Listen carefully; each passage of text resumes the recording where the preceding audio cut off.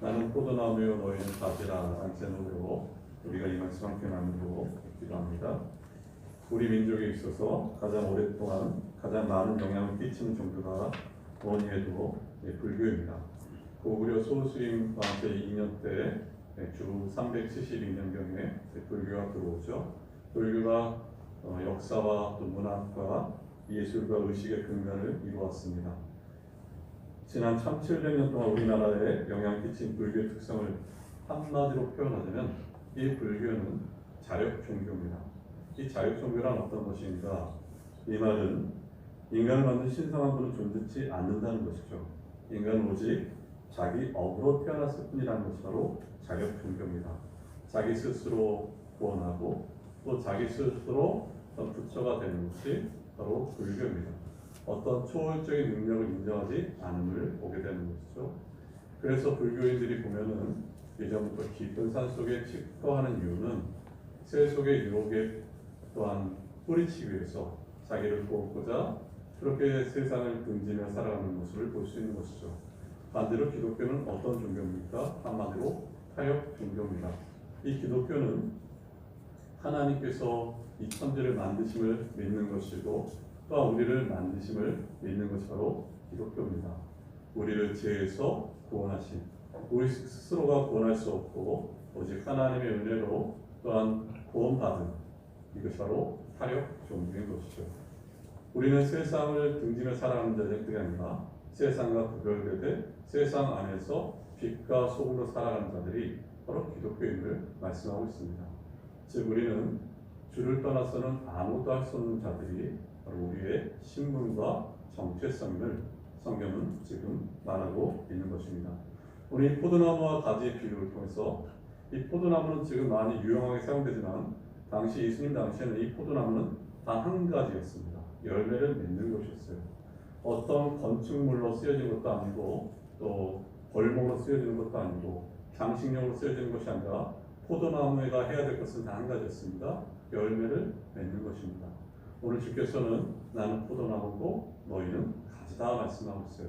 첫 번째 우리가 살펴볼 것은 나는 포도나무여 내 아버지는 농부라 이렇게 말씀하시는데요. 1, 2절 말씀 보실까요? 1, 2절입니다. 나는 참 포도나무요 내 아버지는 농부라 무릇 내게 붙어있어 열매를 맺지 않는 가지는 아버지께서 그것을 제거해 버리시고 무릇 열매를 맺는 가지는 더 열매를 맺게 하여 그것을 깨끗하게 하시느니라 이렇게 하셨어요. 오늘 보십시오. 나는 포도나무고 아버지는 농부다 이렇게 말하고 있어요. 여기서 농부는 하나님 아버지를 말씀하고 있습니다. 하나님 아버지는 포도나무이신 예수님을 세우신 바로 하나님 아버지를 말씀하고 있는데요. 여기 포도원의 주인은 이 포도원의 주인으로서 또 포도를 이렇게 가꾸죠. 땅을 파고 포도를 심고 또 물을 주고 거름을 주면서 이렇게 포도원을 가꿉니다. 포도를 가꾸는 데 있어서 이 주인의 열망은 열매를 많이 맺는 것이 열망을 보게 되는 것이죠. 그래서 열매를 맺게 하기 위해서 이들이 행한 이 포도원 주인 농부가 한 일은 어떤 것입니까? 바로 가지를 깨끗하게 해서 두 가지를 합니다. 열매를 맺지 않는 가지에게는 그 가지를 제거하고 또 열매를 맺는 가지는 더욱더 깨끗하게 하는 것이 이 농부, 이 농장의 주인이신 아버지의 역할임을 보게 되는 것이죠. 근데 농부 이 말씀 다시 2절 말씀 보면은 이렇게 나와 있습니다. 무릇 여기 보시면 열매를 맺지 않는 가지는 아버지께서 그것을 제거해 버리시고 이렇게 하셨어요. 우리가 이 말씀 보면은 열매를 맺기 위해서 가지를 제거한다 할 때 마치 구원이 상실되거나 구원이 실패될 수 있는가 이런 의문점을 가질 수 있습니다. 그러나 우리가 알고 있기로는 지금 계속해서 요한복음 살펴본 것처럼 요한복음 10장에서만 봐도 예수님은 선한 목자시고 너희는 내 양이라 말씀하셨어요. 목자는 양을 위해서 목숨을 버린다고 말씀하셨고 또 10장 27절 28절을 통해서 말씀하신 것은 내 양은 내 음성을 들으며 나는 그들을 알며 그들은 나를 따르는다. 내가 그들에게 영생을 주노니 그들이 멸망치 않을 것이고 또 내 손에서 빼앗을 자가 없느니라 말하는 것처럼 우리의 구원이 실패되지는 않습니다. 지난주에 요한복음 14장 17절 이하에서도 우리가 살펴본 것처럼 또 다른 보혜사를 보내주시는데 이 또 다른 보혜사가 바로 성령이시죠. 이 십자가를 짊어지시고 제자들과 함께 없을 때 보혜사를 보내주신 그 성령은 어떠십니까? 성령 하나님은 영원토록 우리와 함께 하십니다. 어디와서 함께 하십니까? 내 안에서 내주하시는 분이 바로 성령이신데, 그만큼 그가 우리를 버리지 않고 포기하지 않는데 그 말씀을 통해서 우리의 구원이 실패하지 않습니다. 그럼 여기서 이 제거해버린다, 이 의미는 어떤 의미를 담고 있을까? 이 의미는 이런 의미를 담고 있습니다. 이 제거해버린다는 것은 당시 포도나무 가지가 축 처져 있으면 가지를 올린다는 의미가 바로 제거해버린다는 것이죠. 가지가 축 처져 있으면 먼지가 묻게 되고 진흙에 빠지게 될 뿐만 아니라 곰팡이가 쓸게 되고 그 열매를 맺지 못하게 되겠죠.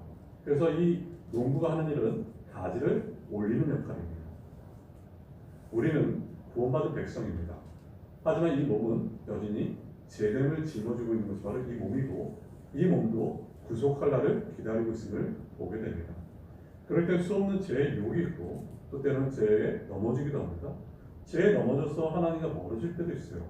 그럴 때 하나님께서 행하신 것은 때로는 매를 드시죠. 그게 바로 징계인데, 이 징계는 사랑의 매, 자녀 만들기의 매입니다. 히브리서 12장 5절 6절은 다음과 같이 말하죠. 내 아들아, 주의 징계하심을 경히 여기지 말며 그에게 꾸지람을 받을 때에 낙심하지 말라. 주께서 그 사랑하신 자를 징계하시고 그가 받아주신 아들마다 책찍질 하심이라 이렇게 말하고 있어요. 우리 말씀 보십시오. 바로 자녀 만들기 위해서 징계를 행하셨다 이렇게 말하고 있어요. 또 징계의 목적은 히브리서 12장 11절을 말합니다. 무릇 징계가 당시에는 즐거워 보이지 않고 슬퍼 보이나 후에 그로 말미암아 연단받은 자들은 의와 평강의 열매를 맺느니라. 그러니까 징계를 행하신 목적도 열매를 맺게 하기 위해서다 말하고 있어요. 이 내용이 바로 제거한다, 가지를 제거한다는 겁니다. 또 열매를 맺는 가지에게는 그 열매를 더 깨끗하게 한다 말씀하신데 15장 2절 하반절 이렇게 말합니다. 더 열매를 맺게 하려 그것을 깨끗하게 하시느니라 말합니다. 이 깨끗하게 한다는 얘기는 정결하게 한다는 뜻이죠. 그리고 더 나아가서 이 의미는 가지를 친다는 겁니다. 가지를 치는 이유는 열매를 더욱더 맺게 하기 위해서 가지를 치는 것입니다. 왜 가지를 치실까? 우리가 더욱더 하나님을 알아가게 하시고 하나님께 순종하게 하시고 또 우리를 통해서 하나님 나라가 더욱더 확립하게 하기 위해서 가지를 치심을 보게 됩니다. 징계는 제약으로 매를 내셨다면 가지치기는 더욱더 확립시키기 위해서 가지를 치심을 알 수 있는 것입니다. 포도나무가 가지를 치지 않으면 무성할 뿐입니다. 빈약한 열매를 맺을 수밖에 없습니다. 그래서 포도 주인은 가지를 치는 것이죠. 어떤 잘못이 있지 않을지라도 신앙생활을 잘하는데도 가지를 치는 경우가 있습니다. 이것을 신학적 용어로 연단이라고 말합니다. 우리 믿는 모든 일에 이 연단이 있음을 보게 되죠. 대표적으로 어떤 큰 죄를 짓지 않았지만 큰 연단을 받았던 자가 욥입니다. 그가 이런 고백을 합니다. 나의 가는 길 오직 그가 아시나니 나를 발견하신 후에는 내가 정금같이 나보리라 말하고 있어요. 사랑하는 사도 바울도 참으로 많은 가지치기를 당했습니다. 연단을 당했습니다. 하지만 그가 그 연단을 통해서 이런 고백을 합니다. 나의 나 된 것은 오직 하나님의 은혜라 이런 고백을 하고 있어요. 바로 이런 가지치기가 있습니다. 징계가 있고 가지치기가 있어요. 그 이유는 우리에게 더욱더 좋은 열매를 맺게 하기 위한 농부 하나님 아버지의 마음이심을 나타내고 있습니다. 여러분, 우리는 이미 깨끗해진 자입니다. 여기서 깨끗해졌다는 얘기는 거듭난 자 또한 새 생명 새로운 피조물임을 말하고 있는데요. 15장 3절은 다음과 같이 말하고 있습니다. 15장 3절이죠. 너희가 내가 이루어진 말로 이미 깨끗하여졌으니 말했어요. 이미 우리는 깨끗해진 자죠. 요한복음 13장 10절에서도 예수님께서 제자들을 발을 씻기시면서 이런 말씀하시죠. 목욕한 자는 발만 씻으면 된다 이렇게 말했어요. 목욕한 자라는 의미는 이미 깨끗해진 자, 성령으로 거듭난 자, 이런 자는 이 땅에서 수많은 죄의 유혹 가운데 있기 때문에 발만 씻으면 된다 이 말을 하고 있습니다. 이미 깨끗해진 우리에게 농부이신 하나님 아버지가 원하시는 것은 어떤 것일까요? 거룩한 열매들, 삶의 열매들, 성화의 가정을 걸어가기를 원하시는 것입니다. 이게 바로 농부이신 아버지의 마음이죠. 사람들은 행복을 직선 위에 있다고 생각하는 까닭에 오히려 불행에 빠져 삽니다. 끝도 없는 직선 위를 계속 달려나가야만 행복해진다고 착각하고 있어요. 그래서 어제보다 오늘의 소득이, 오늘보다 내일이 더 지위가 높아져야 되고, 또한 내일보다 그 모레가 더 편안해져야지만 행복하다, 이런 생각을 하고 있습니다. 그런데 여러분 한번 생각해 보세요. 끝없는 직선을 달려가다 보면 남들이 나보다 더 빨리 달려갈 때가 있습니다. 그럴 때 우리들의 마음은 어떤 마음이 듭니까? 바로 상대적 빈곤감과 열등감에 시달릴 때가 많습니다. 더 나아가서 그 자리를 나가지 못하고 후퇴하거나 또한 멈춰졌을 때 헤어날 수 없는 절망감에 빠질 때도 있음을 알게 되는 것이죠. 참된 행복은 어디 있을까? 저는 이렇게 생각합니다. 행복은 반복에 있다 생각해요. 어제나 오늘이나 내일이나 계속해서 반복해 나가는 것이죠. 마치 다람쥐 쳇바퀴처럼 살아가는 이 내용들, 이 반복된 삶. 근데 어떻게 이 반복된 삶을 행복할 수 있다고 말할 수 있을까? 변화가 없어 보이는데 어찌 그것이 큰 행복이라 말할 수 있을까? 그 이유는 다음과 같습니다.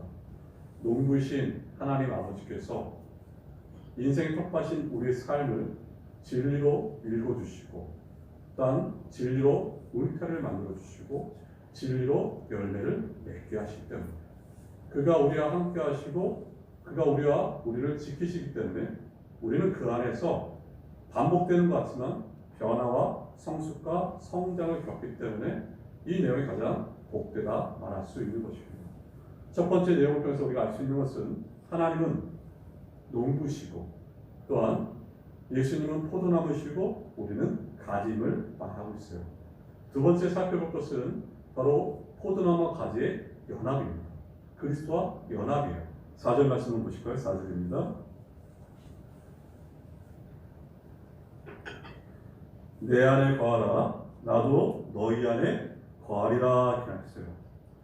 여기서 그리스도의 정확한 정체성이 드러납니다.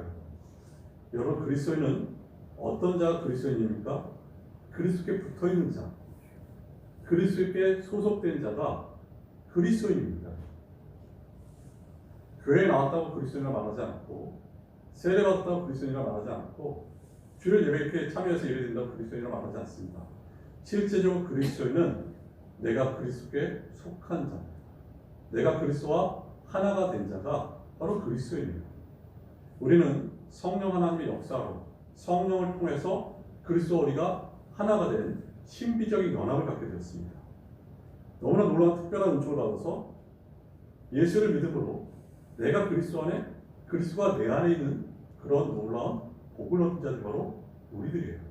근데 예수님께서 이렇게 말씀하세요. 4절 다시 한번 보시겠습니다. 내 안에 거하라, 나도 너희 안에 거하리라. 가지가 포도나무에 붙어있지 않으면 스스로 열매를 맺을 수 없음같이 너희도 내 안에 있지 않으면 그러하리라 이렇게 말했어요. 여기 너희가 내 안에 거하라 이렇게 말했어요. 거하라. 이 거하라는 얘기는 머물라 이렇게 말했어요. 머물라. 그리고 더 나가서 계속해서 믿으라 이렇게 말합니다. 우리는 하나님을 크신 은혜로 예수 그리스도를 믿는 자고 예수 그리스도 안에 거한 자입니다. 근데 예수께서 왜 계속해서 거하라 말씀하셨을까? 그 이유는 계속해서 지속적인 관계를 맺고 또한 그분을 의지하고 신뢰하기를 원하시는 것이죠. 놀라운 은혜로 하나님의 자녀가 되었으면 거기서 멈추는 것이 아니라 믿음을 가지고 노력하며 의지로 주님께 나아가기를 말씀하고 있는 것입니다. 마치 관계의 형성으로 끝나는 것이 아니라 그 관계가 지속되길 바라시는 것이고, 호적이 있다, 자녀로서 호적에 등록되어 있지만 멈추는 것이 아니라 그 가족의 구성으로서 그 가족의 관계를 이끌어 나가기 위해서 헌신과 의지와 노력이 담겨져 있음을 말하고 있는 것이에요. 이 말씀을 계시록 3장 20절을 통해서 이렇게 말씀할 수 있는 것입니다. 계시록 3장 20절 말씀 보시면 이렇습니다. 볼지어다 내가 문 밖에서 두드리노니 누구든지 내 음성을 듣고 문을 열면 내가 그에게로 들어가 그로 더불어 먹고 그는 나로 더불어 먹으리라 이렇게 말합니다. 이 말씀을 따라 우리는 이런 정의를 내릴 수 있어요. 예수님 안에 머물지 않는다는 것은 이런 의미죠. 우리가 하나님의 자녀이지만 그리스도 외의 삶을 살아가는 것이죠. 마치 그리스도를 의지하지 않고 내 방식과 내 계획과 내 고집과 내 소견에 옳은 대로 행하는 것이고 여전히 주인이 계심에도 불구하고 내가 주인 되어 살아가는 것이 그리스도 안에 머물지 않은 행동들입니다. 마치 가끔 생각나면 예수님 잘 계시죠? 이렇게 물어보고 이 세상의 자랑과 욕심과 육신의 정욕대로 살아가는 것이 그리스도 안에 머물지 않은 행동들인 것이죠. 그리스도인이지만 그리스도 안에 머물지 않는 이런 행동들을 우리는 볼 수 있는 것이죠. 그럼 그리스도 안에 머문다는 것은 어떤 의미가 있겠습니까? 이것이죠. 내 문을 활짝, 내 마음 문을 활짝 열고 예수 그리스도가 내 안에 들어오심으로 함께 교제하고 나누고 먹고 있습니다. 당시 유대인의 식탁 교제는 식탁으로 초대하지 않습니다. 특별하고 존경하는 사람들을 식탁에 초대해서 먹고 배부를 뿐만 아니라 그들은 함께 즐거워하고 존경과 경의를 나타내며 또한 기뻐하는 것이 식탁 교제였어요. 즉 예수님 안에 머문다는 의미는 너희가 계속해서 내 안에 머물고 계속해서 나를 믿고 계속해서 지속적인 관계를 맺기를 지금 예수님께서 말씀하고 있는 것입니다. 5절은 또 이렇게 말씀하고 있어요. 5절 말씀 보실까요? 5절입니다. 나는 포도나무여 너희는 가지라 그가 내 안에 내가 그 안에 가면 사람이 열매를 많이 맺나니 나를 떠나서는 너희가 아무것도 할 수 없음이라 이렇게 말했어요. 다시 말씀하고 계시죠. 나는 포도나무고 너희는 가지라 그가 내 안에 내가 그 안에 가면 사람이 열매를 많이 맺나니. 이 말은 적극적으로 우리 구주를 의지하고 전적으로 그분을 의지할 때 좋은 열매를 맺을 수 있다는 것입니다. 구약의 잠언서의 표현대로 하면 이런 말씀이죠. 잠언서 3장 5절 6절입니다. 너는 마음을 다하여 여호와를 신뢰하고 내 명철을 의지하지 말라. 너는 범사의 그를 인정하라. 그러면 내 길을 지도하시리라. 우리는 그리스도 안에 있는 자. 주께서 우리에게 원하시는 것은 미지근한 신앙 말고요. 차든지 뜨겁든지 적극적으로 주님을 찾기를 원하십니다. 그분께 우리의 모든 것을 맡기기를 원하시는 것이죠. 또한 기억해야 될 것은 우리는 주를 떠나서는 아무것도 할 수 없는 존재가 바로 저희들입니다. 그분 안에서 있을 때 좋은 열매를 거둘 수 있는 것입니다. 신앙이란 믿음의 대상이 누군지를 정확히 아는 것입니다. 믿음도 소중하지만 믿음의 대상이신 삼위일체 하나님이 어떤 분인지를 알아야 돼요. 하나님 전능하시고 또한 우리가 얼마나 무지하고 연약한지를 알아야 됩니다. 믿음의 책이라는 내용에 보면은 그 목사님이 로마서 3장의 내용을 통해서 우리가 얼마나 무지한지를 자신의 예를 통해서 말하고 있습니다. 이런 말을 하고 있어요. 1994년도에 정말 이 나라에 참 아픈 일이 있었습니다. 큰 재해가 있었는데 성수대교가 무너졌어요. 큰 다리가 무너져 버렸어요.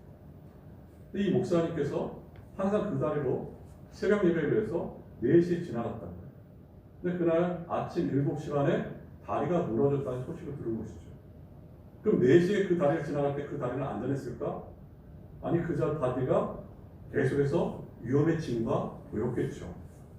그러면서 그 다리가 무너지고 나서 너무나 마음이 아팠고 이번에 인사말이 달라졌다는 것이죠. 어머니를 모시고 살았는데 예전 같으면 항상 그날도 어머니 저 다녀올게요 이렇게 인사했는데 이제는 어떻게 인사하게 되냐면 어머니 저 가요. 왜냐하면 다녀오겠다는 말에 책임을 질 수 없기 때문이죠. 한 치 앞도 알 수 없다는 것입니다. 내가 다녀오겠다는 말 책임질 수 있는 사람은 하나님 믿을 필요가 없겠죠. 하지만 우리는 그 말을 책임질 수 있는 자들이 아닙니다. 우리는 그렇게 연약한 자들이고 우리는 무지한 자들이고 우리는 너무나 쇠약한 자들이 바로 저희들입니다. 그러면서 이런 예를 또 들고 있더라고요. 우리가 비행기를 탈 때가 있습니다. 근데 비행기를 탈 때 비행기 조종석의 문을 두드린 자는 없어요. 예를 들면 비행기 조종석에 물을 두드리면서 제가 운전을 20년, 30년 했는데 얼마나 피곤하시겠습니까? 조종관을 제게 맡기세요. 제가 대신 운전하겠습니다. 이런 사람이 어디 있겠습니까? 혹여 그렇게 말하다 치더라도 그 말에 응하여서 조종관을 맡기면 조종수가 조종관을 맡기면 그 비행기는 추락할 수밖에 없습니다. 비행기는 누가 몰아야 됩니까? 조종사가 몰아야 됩니다. 마치 저와 여러분의 삶과 이 세상을 누가 조종하셔야 됩니까? 하나님이 조종하셔야 돼요. 이것을 아는 것이 믿음입니다. 내가 얼마나 무지한지를 알고 나를 부인하는 것이 바로 믿음의 삶임을 말하고 있는 것입니다. 우리는 주님을 떠나서는 결코 살 수 없습니다. 가지는 나무에 붙어 있어요. 나무에 붙어 있으면 가지는 삽니다. 아무리 괴롭고 아무리 어려워도 내 소속은 예수 그리스도고 내 소속의 본질은 하나님 나라는 것을 잊지 말고 살아가는 자들이 바로 우리들입니다. 그분께 붙어있는 자들이에요. 진액을 공급받아야 돼요. 뿌리의 진액을 공급받는 것입니다. 뿌리의 진액을 공급받는다는 것은 내가 예수님 안에 거한다는 것은 그분의 말씀 안에 거하는 것이고 그분의 말씀을 끊임없이 공급받아야 됩니다. 그 말씀을 듣고 또 들어야 돼요.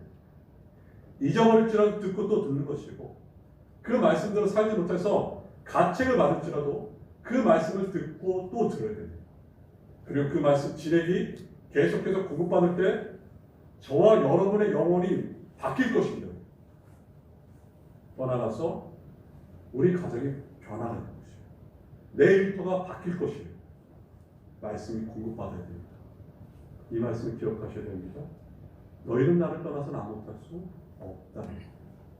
그리고 더 나아가서 예수님께서 계속 말씀하십니다. 내 말이 너희 안에 거하면 무엇을 구하든지 다 이루리라. 이거는 7절 말씀이죠. 그 말씀이 그 안에 거할 때, 우리 안에 거할 때, 우리가 하나님께 기도할 때 응답하실 뿐만 아니라 정말 하나님께서 원하시는 열매를 맺게 됩니다. 하나님께서 가장 원하시는 열매 8절은 이렇게 말해요. 8절 한번 보실까요?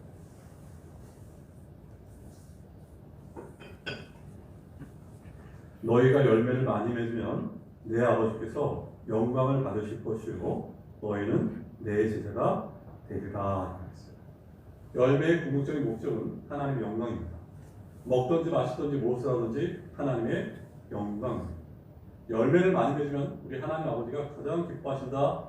이 말씀을 하고 있는 것이죠. 그리고 주께서는 다음같이 말씀합니다. 너희가 내 제자가 되리라. 여러분 예수님 제자란 어떤 자입니까? 예수님을 믿고 따르는 자들이 예수님의 제자이고 또한 예수님의 성품을 닮아가고 그 성품이 인격이 주님을 닮아가는 자들이 예수님의 제자인 것입니다. 우리 다 제자인데요. 이 말씀을 준비하면서 참 마음이 저려옵니다. 과연 내 인격은 주님 보시기에 주님을 닮아가고 있는 인격인지 고민하게 됩니다. 근데 이런 고민이 저뿐만 아니라 여러분에게도 있어야 되는 것입니다. 하나님은 우리의 지금 모습뿐만 아니라 우리의 내면도 다 살피셔요. 여러분 우리의 내면이 주님을 닮아간다면 얼마나 하나님께서 기뻐하시겠습니까? 하지만 그렇지 않다면 주께서 가장 슬퍼하시겠죠. 오래전에 초등학교 아이들 향해서 설문조사를 한 적이 있어요. 그 설문조사에 보면 굉장히 충격적인 내용이 있는데 이 초등학교 아이들이 많은 수가 부모의 정직성을 믿지 못한다는 거죠. 그리고 아이들이 이런 표현을 합니다. 정직해서는 이 땅을 살 수 없다 이렇게 말하고 있어요. 애들이 어떤 이렇게 표현할 수가 있겠습니까? 그래서 부모인 우리의 책임이고 어떻게 보면 기독교인 우리의 책임임을 보게 됩니다. 교회를 오래 다녔지만 아이들은 눈에 봤을 때는 변화되지 않는 부모의 모습들, 정말 교회를 오래 다니고 직분도 받고 목회자가 되었지만 세상 사람들 보기에는 이웃들에게 보기에는 전혀 보이지 되지 않는 그런 인격들. 여러분 이 모습을 하나님께서 얼마나 아파하시겠습니까? 하나님께서 원하시는 열매란 어떤 열매일까요? 하나님께 영광 돌리는 열매란 우리를 예배를 기뻐 받으시고 찬양도 기뻐 받으시지만 삶의 열매를 가장 기뻐하신다. 저와 여러분이 하나님께 영광적인 열매를 많이 맺길 바랍니다. 삶이 변화되셔야 돼요. 주님을 닮아가셔야 돼요. 그 성품을 닮아갈 때 하나님께서 영광 받으시는 것입니다. 또 세 번째 우리가 살펴볼 것은 성도들끼리 연합을 말하고 있습니다. 제자들은 열매를 맺기 위하여 주님의 사랑 안에 거해야 합니다. 9절 말씀 보실까요? 15장 9절입니다. 아버지께서 나를 사랑하신 것 같이 나도 너희를 사랑하였으니 나의 사랑 안에 거하라 이렇게 말했어요. 예수님이 이렇게 말씀하시죠. 아버지께서 나를 사랑하신 같이 나도 너희를 사랑하였다 이렇게 말했어요. 여기서 사랑하신 것 같이 또 사랑하였으니 이 내용은 당시 원어로 보면 확실히 사랑하셨다. 아버지께서 아들이신 성자 하나님을 확실하게 사랑하셨어요. 그래서 마태복음 3장 17절 말씀 중에 이런 말씀 있죠. 이는 내 아들이고 내 기뻐하는 자니라 말씀하고 또 변화산 사건을 통해서도 동일하게 이는 내 기뻐하는 아들이고 이는 내 사랑 아들이고 내 기뻐하는 자라 너희는 그 말을 들을지라 이렇게 말하고 있어요. 아버지는 아들을 사랑하셨습니다. 또 아들이신 성자 하나님은 우리를 사랑하셨는데 어떻게 사랑하셨는가? 그냥 말씀만 하시지 않고 실질적으로 행동하셨죠. 대신에 우리를 대신해서 십자가에서 죽으셨습니다. 우리는 하나님께 죄를 범했습니다. 반역하였고 배신하였습니다. 지옥에 갈 수밖에 없는 자들이 바로 우리들입니다. 하나님께서 크신 은혜와 긍휼과 자비를 베푸셔서 하나밖에 없는 그 독생자를 이 땅에 보내셨습니다. 이 땅에 보내셨을 뿐만 아니라 십자가로 보내셔서 십자가에서 죽게 하시고 그 의가 우리 의가 되었고 우리 모든 죄의 짐을 짊어지고 가심을 말씀하고 있는 것입니다. 이 말씀을 예를 든 얘기가 바로 지난 금요일 기도회 때 함께 나눴던 마가복음 1장 41절이에요. 마가복음 1장 41절 이렇게 말씀하고 있습니다. 예수께서 불쌍히 여기사 손을 내밀어 그에게 대시며 이르시되 내가 원하노니 저를 깨끗하게 하실 수 있나이다 이렇게 말했어요.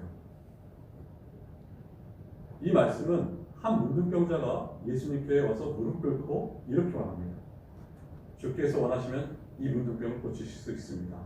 근데 예수님께서요 이 문둥병자를 고치시는데 그냥 말씀으로 고칠 수 있었는데 손을 직접 대고 고치셔요. 이 의미는 이것입니다. 당시 율법에 의하면 굉장히 그건 부정한 행동이었는데 그렇게 가감없이 한 행동은 저의 죄가 다 내가 짊어지고 내 의가 저 문둥병자에게 임하였다 이것을 말씀하고 있습니다. 여러분 바로 이것이 십자가입니다. 십자가는 주께서 우리의 모든 죄의 짐을 수치와 조롱과 모욕을 당하면서 죽기까지 살아가면서 그 짐을 짊어지시고 그리고 그 의를 영원한 의, 완전한 의를 우리에게 옷 입히신 것이 바로 십자가입니다. 바로 아버지께서 나를 사랑하신 같이 나도 너희를 사랑하였다 이 말씀하고 있는 것입니다. 날깃새라는 책이 있어요. 최근에 나온 책인데 날마다 기막힌 새벽입니다. 여기 목사님이 이제 은퇴하시고 본인이 암이 걸렸는데 암 환자들을 위로하고자 쓴 설교와 책입니다. 근데 그분이 예전에 이런 고백을 하고 있어요. 자신의 목회 경험을 말하고 있습니다. 살다 보면 막막하고 힘든 일을 겪을 때가 있죠. 이제 살 길이 없다, 이제 죽었구나 하는 그런 일들을 만날 때가 있습니다. 이 목사님이 아주 큰 교회 목사님이셨는데 자신이 큰 교회 목사님이라 보니까 사람들은 자신에게 어떤 고민이 없을 거라 생각하지만 큰 교회 목사님도 작은 교회 목사님도 다 어려움이 있다는 것이죠. 부한 분도 어려움이 있고 가난한 분도 어려움이 있습니다. 삶의 무게가 다 어려움이 있음을 말하고 있는 것이죠. 근데 이분이 얼마나 어려웠는지 이런 표현을 진술하게 합니다. 자신이 교회에다 사표를 쓰고 또한 사택을 비우고 2달 동안 두문분출합니다. 너무나 힘들어서. 근데 목회자로서 이런 말을 하면 안 되는데 목회자가 아니었으면 참 차라리 죽어버리고 싶다 이런 말을 해요.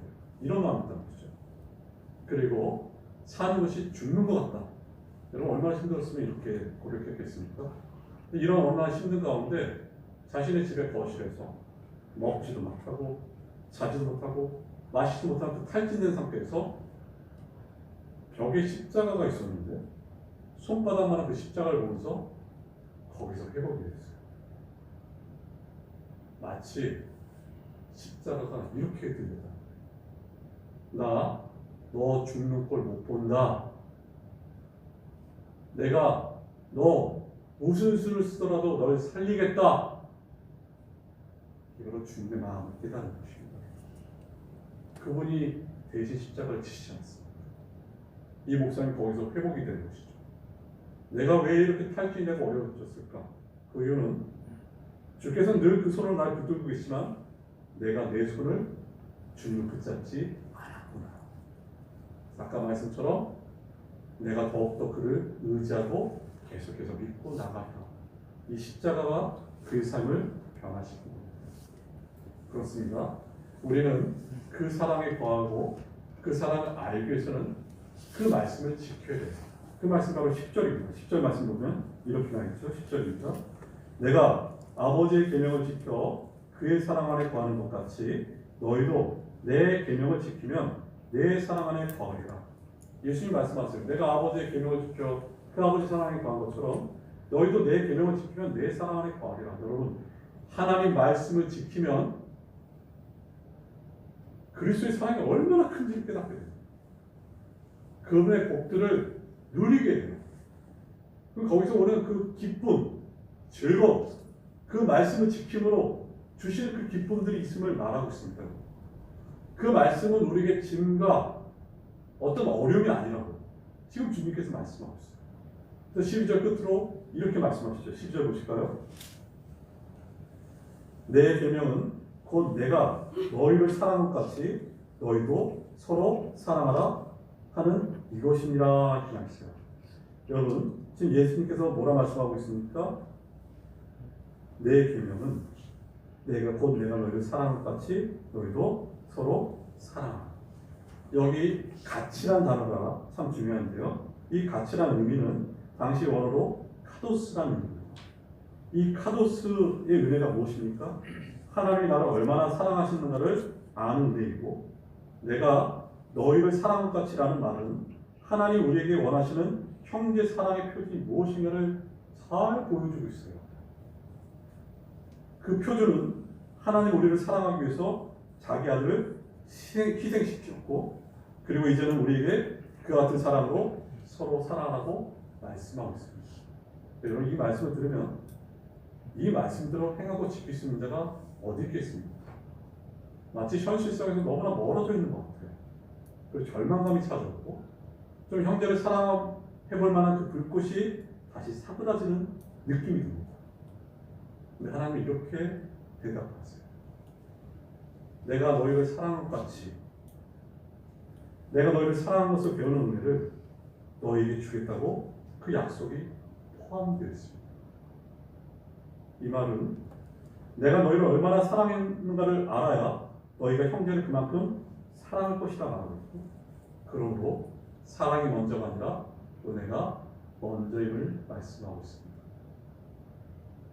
하나님의 사랑을 알 때 진정한 형제 사랑을 할 수 있는 것이 바로 우리들입니다. 머리로만 아는 것이 아니라 마음으로 알아야 됩니다. 우리는 그래서 기도해야 되는 것이죠. 우리가 얼마나 이기적이고 나만 아는지를, 그리고 내 눈을 진리의 영이신 성령께서 여시사 하나님을 알게 하시고 그 사랑의 깊이와 높이와 넓이를 깨닫고 알 때, 그분이 진정한 그 사랑을 알 때 우리가 내 형제를 사랑할 수 있는 것입니다. 지금 우리가 다른 이들을 사랑하지 못하는 이유는 한마디로 그 은혜를 누리지 못할 뿐만 아니라 그 사랑을 깨닫지 못하기 때문에, 목회자인 저에게도 사랑하는 여러분에게도 우리가 이런 고민으로 기도하셔야 됩니다. 찬송가의 가사처럼 내 평생의 소원이 계속해 주신 그 사랑을 알기를 원합니다. 내 평생의 소원, 내 평생의 소원, 그 대속의 은혜를 깨닫기를 원합니다. 그 은혜를 알고 믿고 깨달을 때 진정으로 우리가 사랑할 수 있는 것입니다. 서로 사랑하는 것을 소홀히 여기거나 서로 사랑하는 데서 실패하면 그 공동체는 급속도로 힘을 잃습니다. 여러분, 교회의 꿈을 뭐라고 생각하십니까? 어떤 큰 건물? 많은 성도의 수? 어떤 조직된 교회? 프로그램? 아닙니다. 교회의 꿈은 사랑이 있습니다. 사랑만이 교회를 부흥할 수 있습니다. 하나님을 사랑하는 데 있어서 힘을 잃거나 또한 교회가 사랑의 힘을 잃으면 그 교회는 더 이상 교회의 역할을 제대로 감당하지 못하는 것입니다. 사랑하지 않는 교회는 하나님을 믿지 않을 뿐만 아니라 하나님을 모르는 것입니다. 마태복음 24장 12절에서 우리 주님께서 이렇게 말씀하시죠. 말세에 대해 불법이 성함으로 많은 사람의 사랑이 식어지니라 경하옵소서. 이것이 세상의 모습입니다. 말세 때 예수님 다시 오실 때까지 세상은 이 사랑이 식어집니다. 형제 간의 사랑이, 이웃 간의 사랑이, 부모 간의 사랑이 식어짐을 말하고 있는 것입니다. 세상에 없는 것이 교회는 있어야 됩니다. 여러분, 그것이 어떤 것이겠습니까? 그것이 사랑. 하나님은 사랑이세요. 성령은 진리의 영이시뿐만 아니라 사랑의 영이시고, 성자 하나님은 사랑의 화신되어서 저 십자가는 사랑의 농축임을 말씀하고 있는 것입니다. 우리는 늘 이 사랑을 점검하셔야 돼요. 교회가 이 사랑이 식으면 별것 아닌 것 때문에도 싸웁니다. 중상모략하고 헌담하고 미워하고 넘어뜨리려고. 그 이유는 사랑을 잃어버렸기 때문입니다. 처음부터 마지막까지는 사랑입니다. 끝까지 붙잡아야 될 것은 사랑입니다. 남을 가르칠 때도, 잘못된 것을 알려줄 때도 사랑하는 마음으로 가르쳐줘요. 교회가 잃지 말아야 될 것은 사랑이고, 놓치지 말아야 될 것은 사랑이고, 실패하지 말아야 될 것은 사랑입니다. 계명은 사랑입니다. 하나님을 사랑하고 내 이웃을 내 몸같이 사랑하는 것이 바로 계명의 내용인 것입니다. 오늘 우리 주님께서 십자가를 짊어지시기 전에 다시 제자들에게 말씀하세요. 내 아버지는 농부시고 나는 포도나무고 너희는 가지다. 너희는 내 안에 거하라. 이미 거했음에도 불구하고 계속해서 나를 믿고 계속해서 나를 의지하고 살라. 너희는 나를 떠나서는 아무것도 할 수 없는 존재다. 그리고 그분께서 우리에게 말씀하신 것은 열매를 맺으라고 말씀하세요. 여러분, 삶의 열매를 맺으셔야 돼요. 우리 모두가 삶의 열매를 맺을 때 하나님께서 진정으로 기뻐하시고 영광 받으시고, 그리고 오늘 이 말씀처럼 아버지가 나를 사랑하는 것 같이 내가 너희를 사랑하였으니 그 사랑을 가족에게, 이웃에게 흘러넘치는 그런 교회와 너희가 되라, 이렇게 명령하시고 유언으로 말씀하고 있는 것입니다. 이 사랑을 실천하는 우리 모두가 되길 바라면서 기도하겠습니다. 우리 말씀 제목을 기도합니다. 포도나무와 가지입니다. 주님은 포도나무시고 우리는 가지입니다. 가지는 포도나무의 접붙임이 됩니다. 진액을 끊임없이 공급받기 원합니다. 주님의 안에 거하면서 끊임없이 믿게 하시고 주를 떠나서 아무것도 할 수 없는 존재라는 것을 깨닫게 해주시고, 아버지 하나님 정말 하나님께 원하신 열매를 맺게 하시고 사랑의 열매를 맺게 하시고 정말 하나님께서 기뻐하신 열매를 맺는 우리의 삶이 되기 원합니다. 기도하고 이 말씀 생각하면서 믿음으로 기도하며 나가겠습니다. 기도하겠습니다. 하나님 아버지 감사합니다. 주님의 은혜로 원수들의 뜻을 보게 됩니다. 나는 포도나무고 너희는 가지라 말씀하셨습니다. 내가 너 안에 너희는 내 안에 거하다 말씀하셨습니다. 너희가 내 안에 머물라 말씀하셨습니다. 계속해서 머물라, 계속해서 나를 의지하고 신뢰하라 말씀하셨습니다. 계속해서 나를 믿을 때 하나님 그것을 원하시는 것을 보게 됩니다. 너희는 나를 떠나서 아무것도 할 수 없다고 말씀하셨을 뿐만 아니라 아버지 하나님 우리가 그 말씀 우리 안에 가운데 놀라운 열매를 맺게 하여 주시고 하나님 아버지가 기뻐하시는 열매를 맺는 우리가 되게 하여 주시옵소서. 하나님 우리의 마음이 주님을 닮아가게 하시고 우리의 성품이 주님을 닮아가기를 간절히 바라고 원하옵나이다. 하나님 삶의 열매를